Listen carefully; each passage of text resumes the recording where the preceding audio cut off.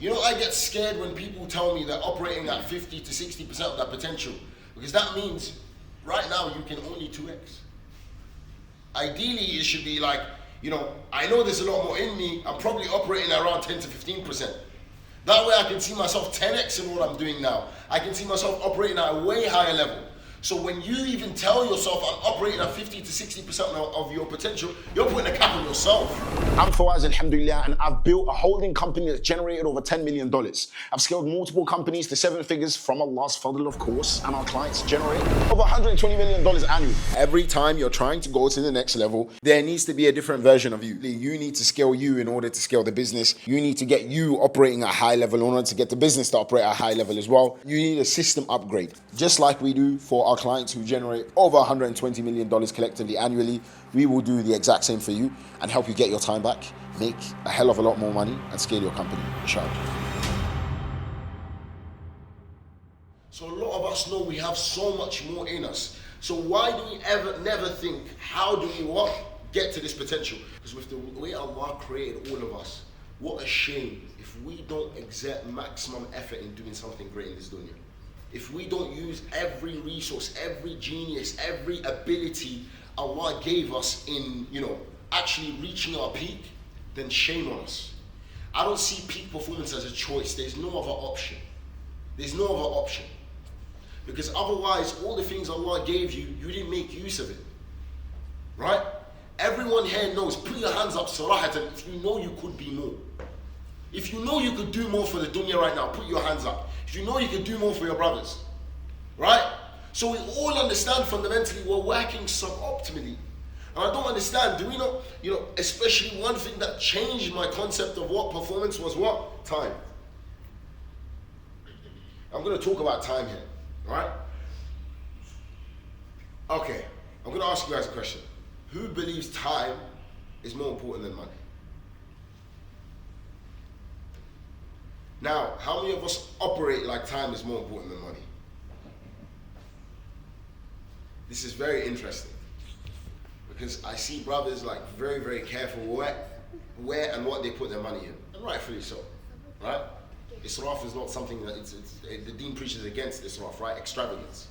So we're careful where we put our money. But let's be honest, we completely leak when it comes to where we put our time, right? I always tell people, do you know what 2 hours a day in social media, what it compounds to over time, right? 2 hours a day on social media, how many hours is that in a week? 14. Barakallah feek. In a month? 60. Okay. In a year? 700. So we're just going to multiply this by 12. 720. 720. Now, does someone want to do me a favor? How many days does that actually equate to? 720 hours. Huh? 1 month. 1 month? Yeah. That's what 2 hours of social media becomes.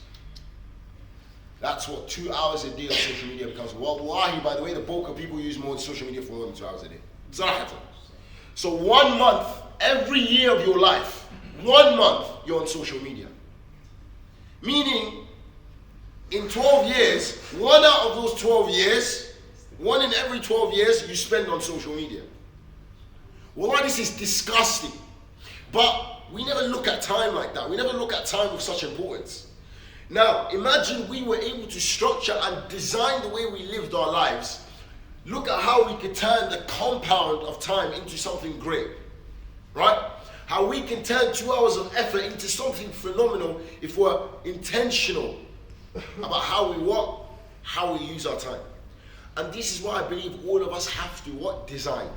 Because if you look at it, the deen in itself, what does the deen talk about? Intentionality, right? إِنَّمَا الْأَعْمَالُ بِالنِّيَّاتِ صح? Oh, here the hadith. It's the first of the hadith of Imam al-Nawawi. It's the first one, right? Actions are based on intention. So if there's any such people that should live with intentionality, wallahi, it's the Muslims.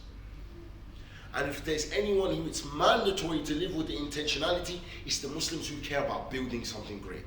We can't live like an average person. Everything we do has to be done with what? Intentionality.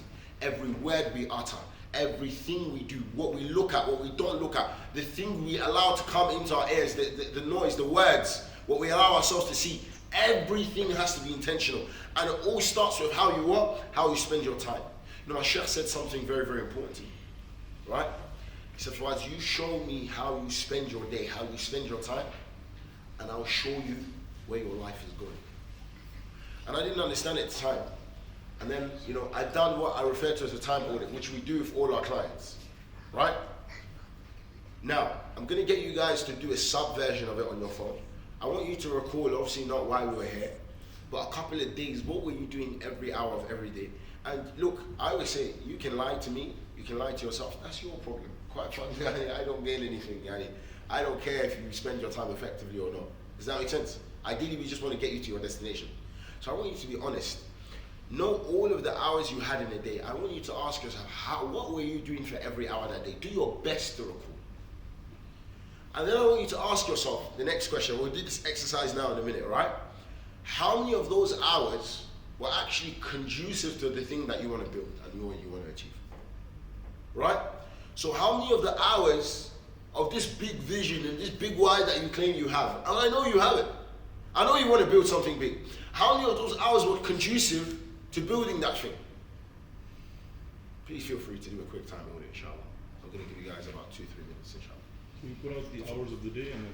Every hour of the day, the last day before you were here, maybe like, let's say 2-3 days before you came, how did you spend that whole day? Do your absolute best to recall, guys, and do your best to be accurate. If you want to pull out your phone, check your screen time, your calendar, do so. But I want you to be as honest as possible. Where did your hours go? The activities, we split them into 3 categories. So what are the 3 categories? Shrink, maintenance, and growth. Now, why is this super important? Because if you look at it, this is how you need to start to look at life. It's either a maintenance activity like showering, sleep, where it has to be done to maintain. It's shrink in a way that it's taking us away from what we want to achieve, or it's growth in a way that it's bringing us closer to the goals. Now, you might see in some examples that, you know, like I told one of my clients, he goes like, yeah, you know, but for us, like, what's a meeting? Is a meeting growth, shrink, or maintenance? Wallahi, a meeting can be all 3. Now, what does that mean? Who isn't my client, by the way, can tell me why a meeting can be all 3 things? Go on. But you can take a meeting, that could be an email, so you're just wasting time in a meeting, so that could be a shrink. Perfect. Just a waste of time. Maintenance, maybe a meeting with your team that's needed, just make sure things are going okay. Mm-hmm. Then a meeting could be to sign a new client on, that's bringing in money. Perfect. Okay, so it's a good way, but again, you need to ask yourself, even if a client is bringing in more money, is that towards your personal goals as well? So how you judge growth, maintenance, and shrink, it's all about your goals and your activities, right? So for example, it could be sleeping at a certain time is growth even. But let's be honest, business isn't the only thing in our lives. I want to scale my business, right? I had a client tell me, right, and he might be here, I won't reveal him, right? He told me, for us, my whole life is just going towards business. Like, there's so many things I want to do. My health used to be optimal, everything. Now my life is just geared towards business. Now, is that in line with his goals? No. Because he wants to build a business, right? And we all want to scale businesses, but more importantly, we're trying to please Allah, right? We're trying to make it to Jannah and not at the expense. In fact, the reason why a lot of us started businesses, and as we can see from our why, the reason we care about scaling these businesses anyways is because in some way, shape or form, we want it to allow us to bring us closer to Jannah, right? In some way, shape or form, be it through sadaqah, be it through building masajid, whatever it is, some way, or even providing for our families on a simpler level. But we all do it for something, right? Who doesn't do it for the sake of the akhirah? Exactly. So my point is, there's a lot of variables at play. Now, a lot of us have been told the lie of what? We're going to have to sacrifice things to achieve in business, right? We were told that. It's true. But not completely, right? We can't sacrifice family. We can't sacrifice our relationships. We can't sacrifice our deen. And we can't sacrifice our what? Our health either. Otherwise it makes no sense. Look, if you are a serious entrepreneur, we will get you to live by design, bi-idhnillahi ta'ala. This isn't just a thing where we optimize for revenue, although just to be clear, our clients all see an increase in revenue all the way from 3 up to 10x. Click the link in the description, book a call with the team, bi-idhnillahi ta'ala, with myself, inshallah, if you're actually ready. Achieve success across all of your life domains, inshallah. They're better health-wise, they're better in deen, they're better in development, and overall they have a better life satisfaction. And for us, that's the metric we measure by. Assalamu alaikum wa rahmatullahi wa barakatuh. And the truth is, by sabotaging your health, you're actually sabotaging your goal of being in business, right? Because trust me, Yusuf will tell you, there's a direct correlation between your movement, right? Your exercise, your movement, your nutrition, and your sleep, and how your business performs. And I've seen it with all my clients. Because at the end of the day, what's going to make you more money in business? Your brain, right? Your brain can't be at maximum function if your health isn't at maximum function. If I just comment on that, because I don't think he believes it. No, I do believe it, because like putting in the work kind of gives you more motivation to put in the work. So it's deeper than that. So I actually didn't start taking my health seriously or being health conscious, because I still have a long way to go, until a year ago. And I just woke up and I was like, bro, I feel sick inside. I actually feel disgusting. Like, I felt sluggish, and for a year, bro, I had brain fog. I just could not get clarity of mind. My mind wasn't sharp. I was making decisions that were suboptimal. And then I remember Fawaz mentioned something. He said, listen, the only reason why you didn't realize it's connected to a lack of maintaining good nutrition, sleep, and exercise is because you habituated to it. So when I actually started fixing my diet, I started fixing my sleep and started to exercise and move my body more, subhanAllah, bro, the level of clarity that I got in my brain was so sharp. So you don't even, the thing about this health one is you don't even realize how low and how poorly you're performing, because your brain is just clogged up with all that sugar and fat. You know what I'm saying? Like, you don't even realize. So wherever you're achieving right now, with the lack of sleep, with the lack of health, like good diet and nutrition and exercise, you could be doing so much more if you had it. And this is actually what refers to as neuroplasticity, right? It's the concept that it basically means habituation. Over time, you habituate to these things. So I see people who tell me, yeah, for hours, but I'm one of those different entrepreneurs, I only need 2 hours of sleep. Yeah, I used to be like that as well, right? My mom literally had a term for me, like, we listen to a combo. So like, everyone in the house sleeps, but one is awake. This one is always awake. I used to sleep when I'm dead, I'm grinding for my business, blah, blah, blah, blah, blah. And I thought I was doing fine. Like, you can ask Mohammed, I would literally sleep 2 to 3 hours a day. Normal, it's fine. But then, I went through this period where I started to sleep a little bit more. And I was like, damn. I didn't notice, but there was a lot of things that were coming out of my lack of sleep that I said didn't affect me. I was very short temper-wise. Right? I used to get frustrated very fast. Like something small, I'm just irritated at something. I don't even want to deal with people. My social, and I thought, you know what, I just don't like people. It's not that I don't like people, I wasn't sleeping. So it made me just short, because with people comes hassle, right? And I couldn't deal with any of the hassle because I wasn't sleeping. If you look at it, anything that is great, there was your phone, your iPhones, your MacBooks. Why do you love it so much? Because you're like, someone thought of every aspect of everything in order to just deliver this great product. It's like when you attend something or when you buy into a service, and it's like every aspect of it was meticulously taken care of. It's like, whoa, that was perfectly designed.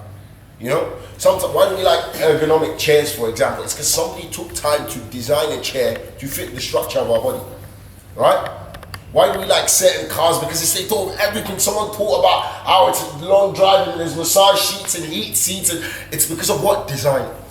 My point is, any outcome you want to reach, you have to meticulously design everything.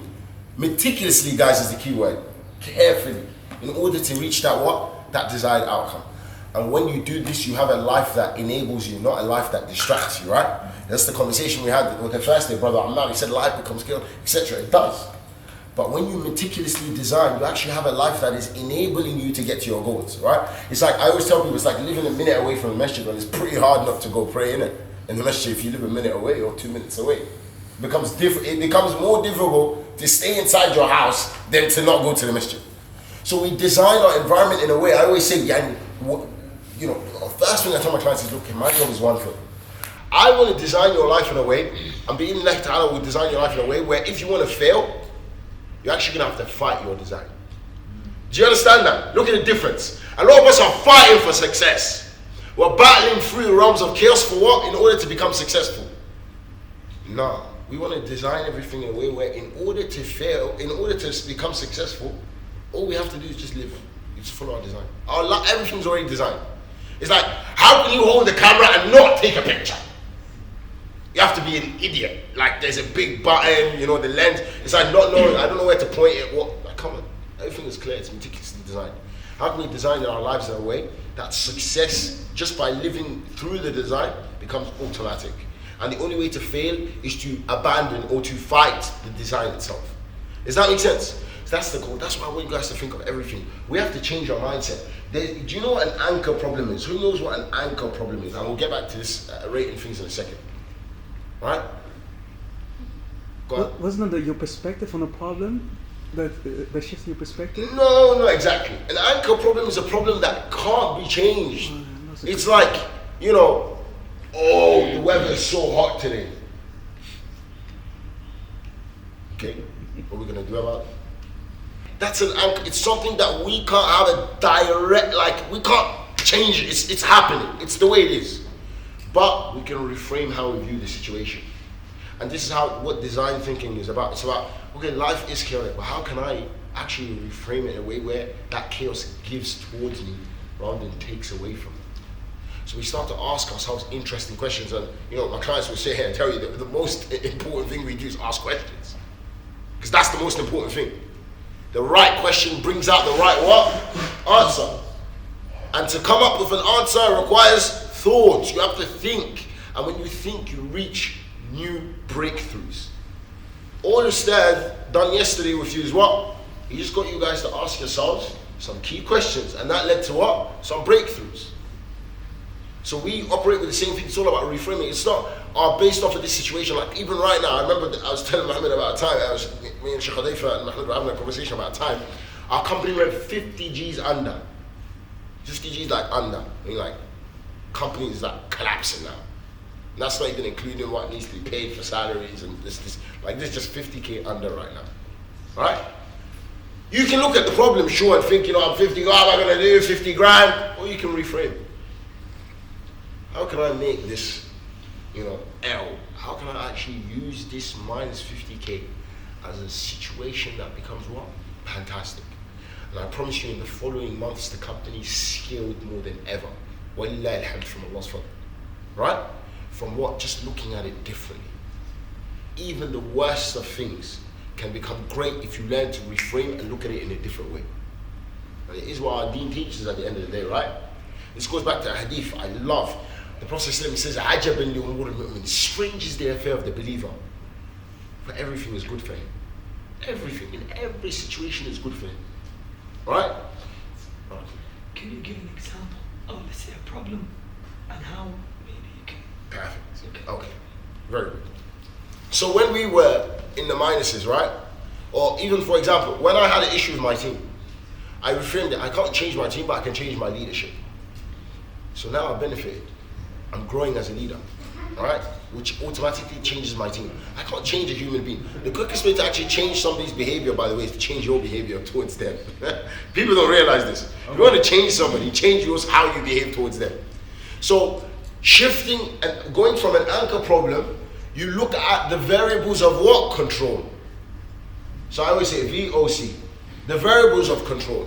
The things that I have control over. That's the first thing you do. Because whenever you look at a problem and you see yourself as, you can't do anything, you view it in a way where you can't do anything, then guess what? You're also not going to do anything. Therefore, the problem doesn't go away. But when you start to look at your variable of what? Of control, what happens? You start to be able to act. And good actions lead to what? more good actions. So when you do one good action, even if it's not like the perfect thing, at least it leads to something else. So that when we were minus 50k, we did something, right? Well, at least we acted, we found a way to act. And that action maybe led to another action, that led to another action. That's okay, this is what we need to do. That solved the problem within the company. Does that make sense? Yeah. But it's just because we changed, we reframed, it led us to action. It's not saying the first thing in the first point in which you look at it is going to be right. No, but at least it gives you the ability to what? To do something, right? And through doing something, something else will come. Does that make sense? You don't do nothing, nothing comes of nothing. Good only comes of what? Of good. When you do try to do something good, at least even if the result of that isn't good, good will come from the good. Does that make sense? That's how you have to look at life. It's not about the perfect move, sometimes it's about making a move. Right? And this is important. Look, I know there's a lot of confusion about what we do, but it's quite simple. We upgrade founders. Every time you're trying to go to the next level, be it from 100k a month to 200k a month or 200k a month to $1 million a month, we're the guys that our clients visit whenever they feel like they need a new version of themselves. We will do the exact same for you. Book a link in the description, inshallah, and we'll see you on the call.